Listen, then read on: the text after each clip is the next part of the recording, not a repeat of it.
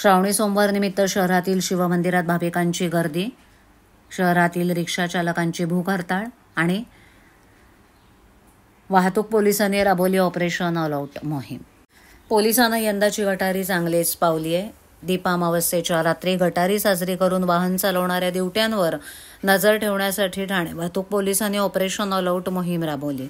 या मोहिमेत drunk and drive, विना हेल्मेट, सिग्नल जम्पिंग तसंच नियम मोडणाऱ्या 523 वाहन चालकांवर कारवाईचा बडगा उगारत 4.5 लाखांची गटारी वसुली करत दारू पिऊन धिंगाणा घालणाऱ्यांच्या त्यांनी मुसक्या वळल्या. अमावस्येच्या पार्श्वभूमीवर पोलीस आयुक्तालय क्षेत्रात वाहतूक नियमांचं उल्लंघन करणाऱ्या, मद्यप्राशन करून वाहन चालवणाऱ्या चालकांची विविध नाक्यांवर तपासणी करण्यात आली.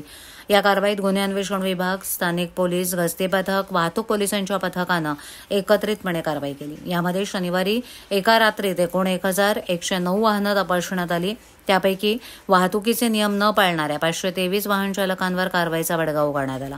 यावेळेला गटारी साजरी करण्याच्या नादात दारू पिऊन वाहन चालवणारे 47 मद्यपी चालक पोलिसांच्या तावडीत सापडले, तर विना हेल्मेट 110 दुचाकी चालकांवर दंडात्मक कारवाई करण्यात आली. या मोहिमेत रविवारी पहाटेपर्यंत कारवाई करून 4,59,000 रुपयाचा दंड वसूल करण्यात आलाय.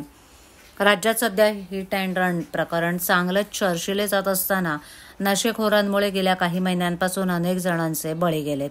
त्यामुळे गटारीच्या पार्श्वभूमीवर ठाणे पोलीस आयुक्तालयाच्या हद्दीत असे प्रकार घडू नयेत म्हणून ठिकठिकाणी नाकाबंदी करण्यात आली होती. प्रत्येक पोलीस स्टेशन मागे वाहतूक पोलिसांची 2 पथकं अशी एकूण 35 पथकं तैनात करण्यात आली होती. दरम्यान ठाणे वाहतूक पोलिसांची एकूण 550 कर्मचाऱ्यांची पथकं कामाला लागली होती.